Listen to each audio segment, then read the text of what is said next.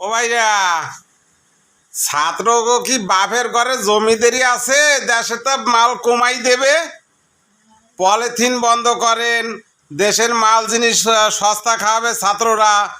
যে যে আন্দোলন করে ক্ষমতায় যাইতে চায় সেই টাকার মালিক হবে। আপনার ভাগ্যে আমার ভাগ্যে কিছুই হবে না, ডট কলাও হবে না। আপনি যা করেন তাই করে খাইতে হবে, আমি যা করি তাই করে খাইতে হবে। আমাকে ভাগ্যে হবে না, হবে না, বুঝছেন? দেশে ফসল হলে দাম অটোমেটিক কমে যাবে। হ্যাঁ, একটা কথা এর মাঝে আছে, যদি কেউ সিন্ডিকেট না করে তাহলে মাল শিথিল থাকবে। গরিবের জন্য ভালো, মধ্যম শ্রেণীর লোকের জন্য ভালো।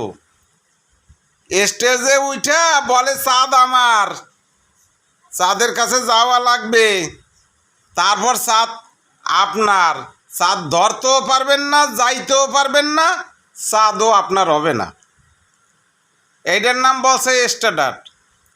খালি বলেন ছাত্ররা দাম কমাই দেবে, ছাত্ররা দাম কমাই দেবে। আর ছাত্ররা খায় তো তার বাপের হোটেলে, ছাত্ররা দাম কমাই দেবে কোথার? তা কোনো সরকার দাম কমানোর ক্ষমতা রাখে না। দেশে মাল উৎপাদন হলে দেশে অটোমেটিক দাম কমে যাবে যদি সিন্ডিকেট না করে। সরকার পারে সিন্ডিকেট বন্ধ করতে, কারণ তার অনেক বড় বড় মন্ত্রী ম্যাজিস্ট্রেট থাকে, তারা সিন্ডিকেট করে রাখে, ক্ষমতা দেখায়, ক্ষমতার জোর দেখায়। ওইটা যদি না দেখায় তাইলে ইনশাআল্লাহ আমরা যারা আছি আমরা ভালো থাকব, সুস্থ থাকব, শান্তিতে থাকব, যদি তারা সিন্ডিকেট না করে। কারণ আমাদের তো টাকা পয়সা নাই, আমরা দিন রোজগার মানুষ, আনবো খাবো, উপর মুই শুয়ে থাকবো, আল্লাহ আল্লাহ করবো।